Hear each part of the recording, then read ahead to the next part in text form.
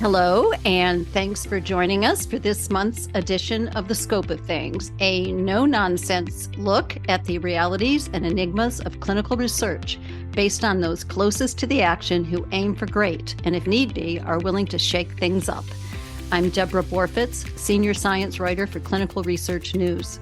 On today's episode, we have Dr. Carolyn Fife, a world-renowned wound care physician who serves as Chief Medical Officer at Intellicure, developer of the first wound care software to integrate with the electronic healthcare records used by hospitals, who will be speaking about the sorry state of clinical trials for wound care products and sharing what she has learned as executive director of the U.S. Wound Registry that sheds some light on the matter. Welcome to the show, Dr. Fife. Deborah, thanks for having me. I'm excited to do this interview.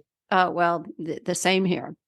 You have been in the business of treating wounds for over 30 years now, and as you recently shared with me, the needle has moved in a positive direction very little during that time. So let's set the stage for today's discussion by giving listeners a picture of the current clinical reality for patients suffering from a chronic wound. What are you seeing? Well, the first thing I want to be clear on is that chronic wounds affect about 16% of Medicare beneficiaries. Wow. And the fastest growing segment are people under 65 who are Medicare beneficiaries, which means the disabled. And the second thing is, except for a few rare conditions like epidermolysis bullosa and some other dermatologic problems, if you have a chronic wound, it's because it's a symptom of some other disease you have. So that means I'm a symptomatologist. Chronic wounds are not really a disease. And the problem comes in clinical research is when we try to treat them like they are. So we give them imaginary names like our pets and then expect for somehow that to confer a recognizable and reproducible system, and it does not. Wow, interesting perspective, and not one many people take, clearly. So here's the irony. I'll just jump in and say, here's a problem with clinical trials, Deborah, because I know that although my world is wound care, which is a sort of I will acknowledge is a very narrow little world to live in.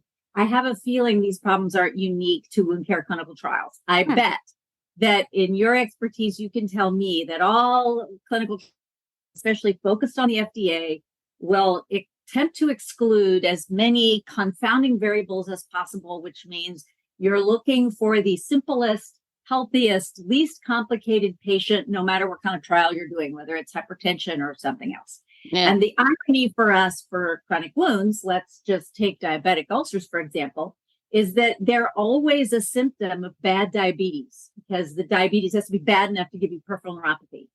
And yet in a clinical trial, what we're looking for is a diabetic patient that has no medical problems.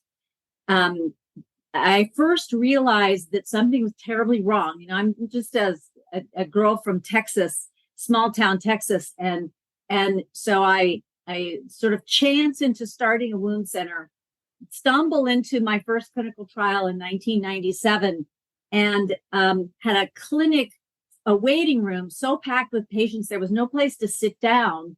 And I had to, which is what we did in 1997. You're too young to remember this. We put ads in the paper and went on the radio to enroll in clinical trials. I had to put ads in the Houston paper because none of the patients in my clinic were healthy enough for a clinical trial. Yes. And in that day and age, I didn't know what to call that except that it was wrong. Now we have a name for it, which is non-generalizable clinical trials. The only name that I can use for them is it's wrong for patients because what happens is we do these clinical trials which cost millions in patients that don't reflect the general population. And then the payers will use the exclusion criteria of the clinical trials to decide what they will pay for. So suddenly you now have a product that took millions of dollars to get to market. And only a tiny segment of patients are eligible for it because the payers want to implement the same ridiculous narrowness in the choice of patients, with their argument being that we don't know how it will work in the general population. So I don't have a name for that except that it's bad business. Yeah, yeah. Something struck me that you told me last we spoke, and that was that you had better luck simply treating patients for their nutritional deficits. Could you just touch on that really quickly? I just thought that was Yeah, interesting. yeah. So here's I can cut to the chase, and I will destroy millions of investment dollars, maybe billions, Oh dear. because the current focus for every manufacturer is the boo-boo. Everyone thinks that we're going to come up with some technology focused on the lesion that's going to revolutionize care and fix all the problems, because the problem surely must be in the boo-boo. And it's taken me 30 years to realize it's just not true. Mm-hmm. And the people that we see who have chronic, remember, I bet there's no one listening to this who's ever had a chronic wound, a wound that hasn't healed.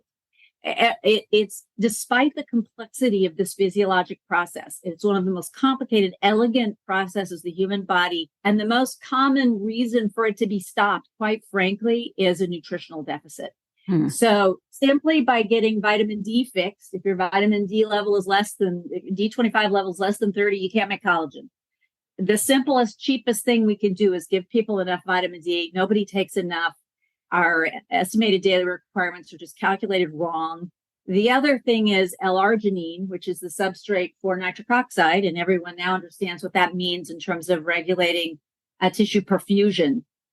Just replacing basic vitamins and providing L-arginine to most patients with a chronic wound, miracles will happen in a couple of weeks. In someone who's had a chronic non-healing wound, in some cases for months and even years. Now, there are some other things we have to do, which is if you're walking on a neuropathic foot, then that you have to stop putting pressure on it. So the basic things, I don't want to imply that you don't have to control compression or edema for someone with a swollen leg. But the idea that somehow we're going to come up with some novel technology to put on the boo-boo, excluding the things that are going on systemically with a patient, is I've been shown to be incorrect for 2 decades, 3 decades now, but we keep trying. Interesting.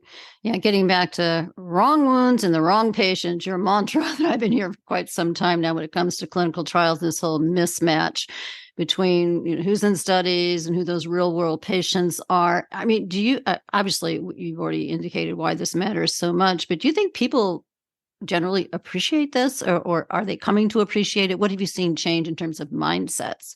Well, I suspect this isn't the only field with dirty secrets. I bet they all have them in every clinical trial. I'm sure that's true for cancer research, the stuff we're not supposed to say out loud. And my problem is that I don't have a very good filter, so I'm always saying the quiet part out loud. And I don't think there's anybody who knows the field who doesn't know that this is true.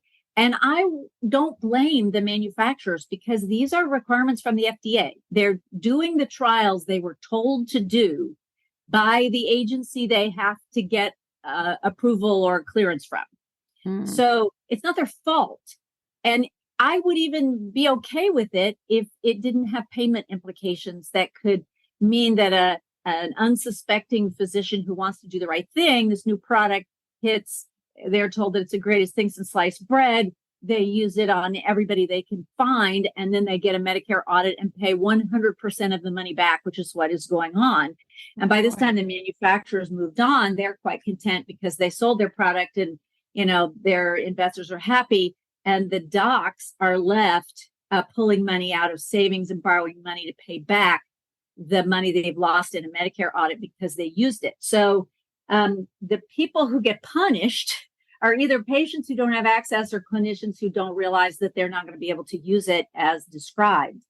But it's all coming from this concept that the FDA has, which is that wounds are entities that somehow represent a clinical disease process. So this is the quiet part out loud that I can't help but shout, which is, we have a couple, 3 syndromes that we give names to and then feel good about that we can evaluate them. And venous leg ulcers are one of the clinical models that are used for clinical trials, just like diabetic foot ulcers are, and sometimes pressure ulcers. Well, the problem is And if you ask someone, even a very experienced clinician, ask your favorite internist, what are the most common wounds? He's going to say a diabetic foot ulcer or a venous leg ulcer. That's the knee-jerk reaction. That's not true.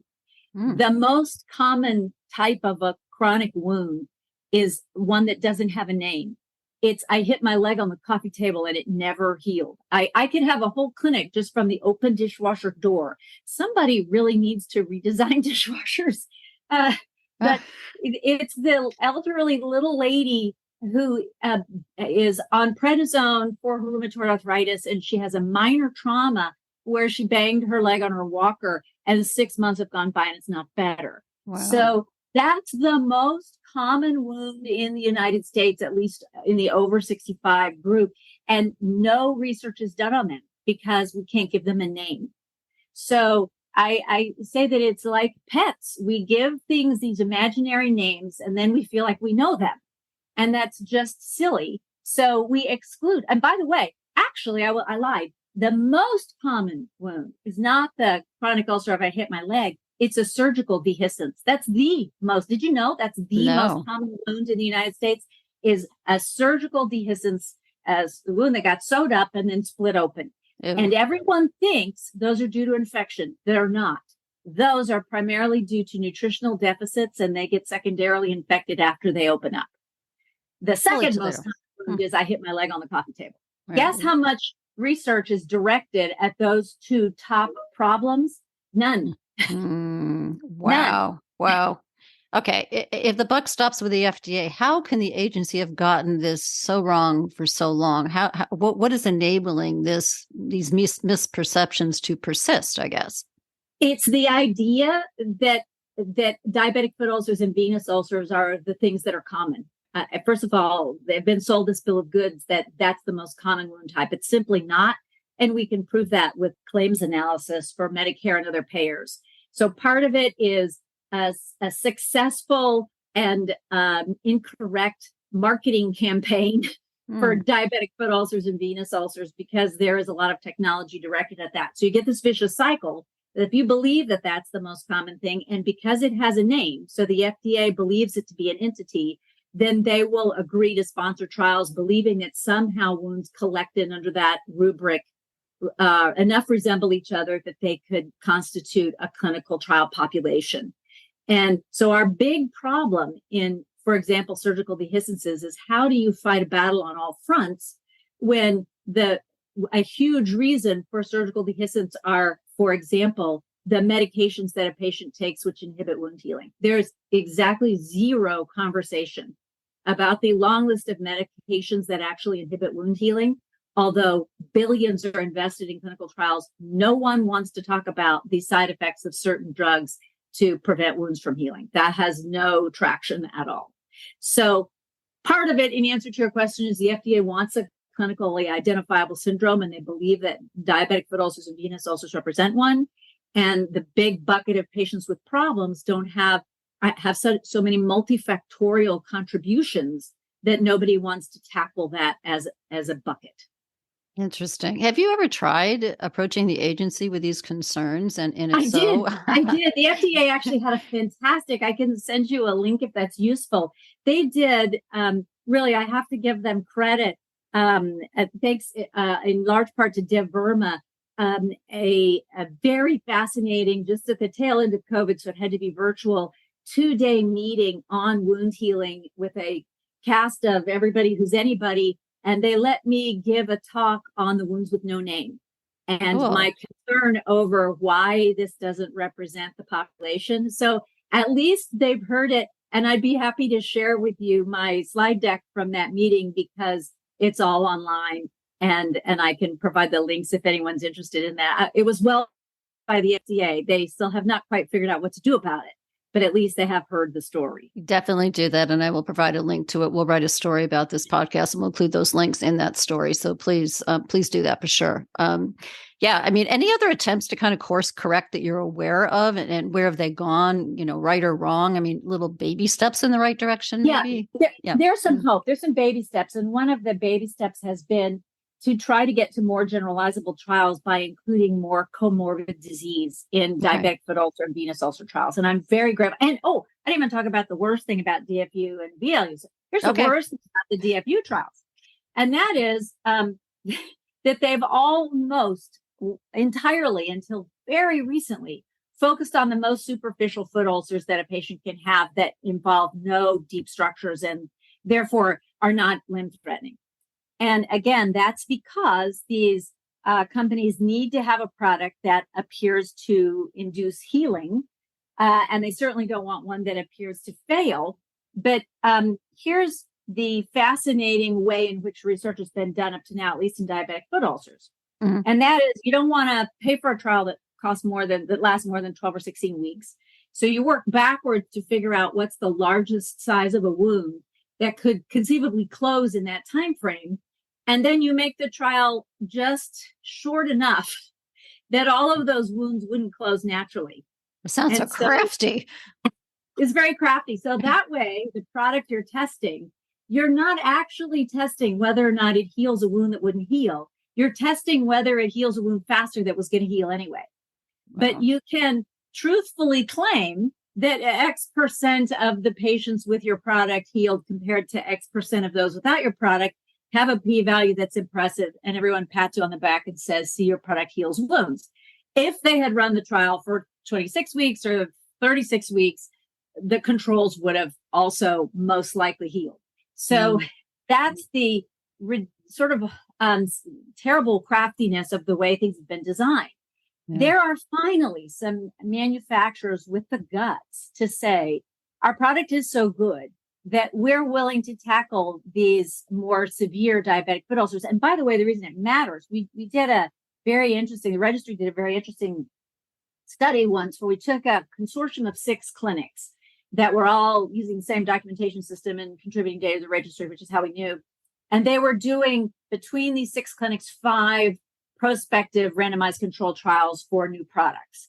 And we compared the inclusion and exclusion criteria for their 2 diabetic foot ulcers and 3 venous trials, or maybe it was the other way, 3 DFU and 2 venous. But we compared the inclusion and exclusion criteria for the wounds that were being enrolled in these trials with the actual patients being seen by these 6 clinics. And we showed that there was almost no overlap in the ones being enrolled from the ones they were actually caring for. For the real venous ulcers were 5 times larger, and the patients had multiple ones of them. The real diabetic foot ulcers were far more severe, and patients had many comorbid diseases. So the Venn diagram of who we treat and who we enroll in trials doesn't even overlap. They're separate circles on a continuum. So that's the reason that having more generalizable trials matters, not only for enrolling patients that have some comorbid diseases, but also to heal on their own. And that is finally starting to happen. And we're using registry data to help design those trials, because since they've never been done, the manufacturers with the courage to do this don't actually know how big or how deep these wounds are that can be enrolled, because nobody's ever done that trial. So it's uncharted territory for them. It's use of real world data into a clinical trial environment. And that's what you're assisting with, correct? Yeah. Okay. That's been my mission. I did in the 90s, I did the first few prospective trials that for products that came out in wound care. We were very excited in the 90s. We thought, this is it. I'd already been running a wound center for 9 years and thinking, okay, finally, we're going to fix this with technology. And if you look at the healing rates of diabetic foot ulcers and venous ulcers between 1990 and now, they're not really much changed. I will admit that the patients are much sicker, but it doesn't look at a superficial glance like all of this technology and the billions of dollars we're spending have made much difference. Although that's not completely true, it's still somewhat true that technology hasn't solved the problem. And a lot of it has to do with the misdirection of technology and the fact our clinical trials don't represent what we really need. Yeah. Okay. I want you back doing clinical trials, but it's been more than 20 years now since you have done one, as I understand it, and for all the reasons we've been talking about. Um, are you alone in your despair? Is there an army of would-be investigators out there who share your concerns? And likewise, retreated? Can we make people care more? Talk about that. Well, that's actually why I said as early as 2000, I don't know what you call this, except that it's wrong. And, I was serving on the Institutional Review Board for the University of Texas Health Science Center in Houston. And I knew these trials weren't unethical. They were just wrong. So I said, there has to be some way to figure out what will it take for us to collect data in such a systematized, reproducible way that the FDA would be willing to trust the data collected clinically, either for expansion of indications or for new types of wounds. We haven't gotten there yet. It's still a battle, but I will say that's what I'm still committed to, unless somebody shows up with a truly generalizable trial, and they're getting closer.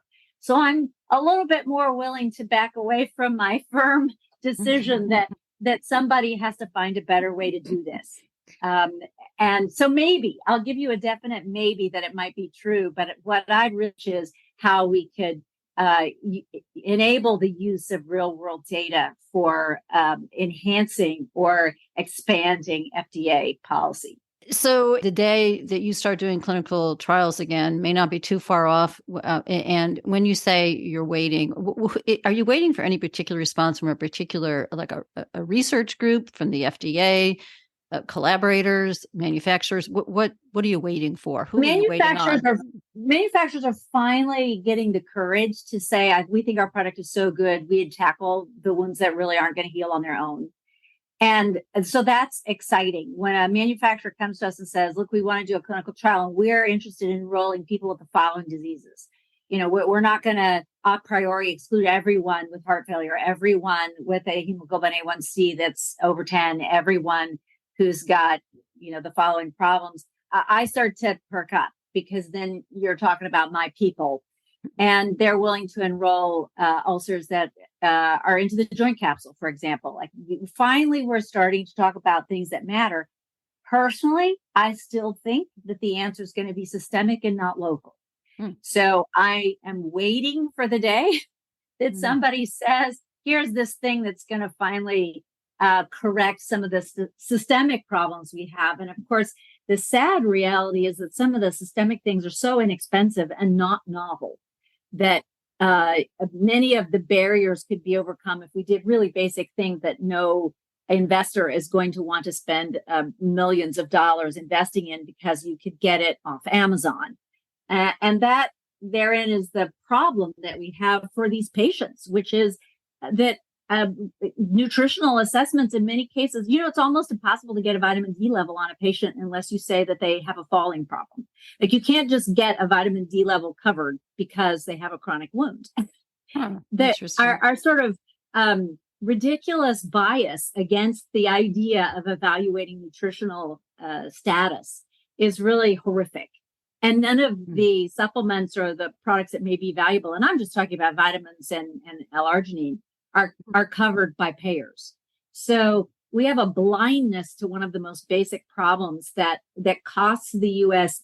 billions of dollars, especially with surgical dehiscences being the most common problem and perhaps preventable with a nutritional evaluation prior to surgery, but we won't do that.